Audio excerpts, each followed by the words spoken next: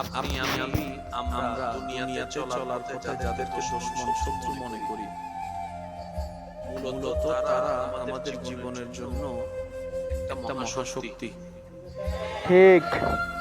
দুশমন যখন আপনার পিছনে দুশমনি করে আপনাকে নামাবে, রহমান তখন আপনার ধৈর্য দেখে আপনাকে উপরে তুলবে।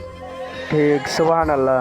কাউকে যদি দেখেন আপনার রিজিকে হাত দিচ্ছে, আপনি মনে করছেন আপনার রিজিকে আপনার ভাগে হাত দিচ্ছে না, সে তার রিজিকের মধ্যে নিজের রিজিকে নিজে হাত দিচ্ছে, নিজে নষ্ট করে দিচ্ছে। ঠিক।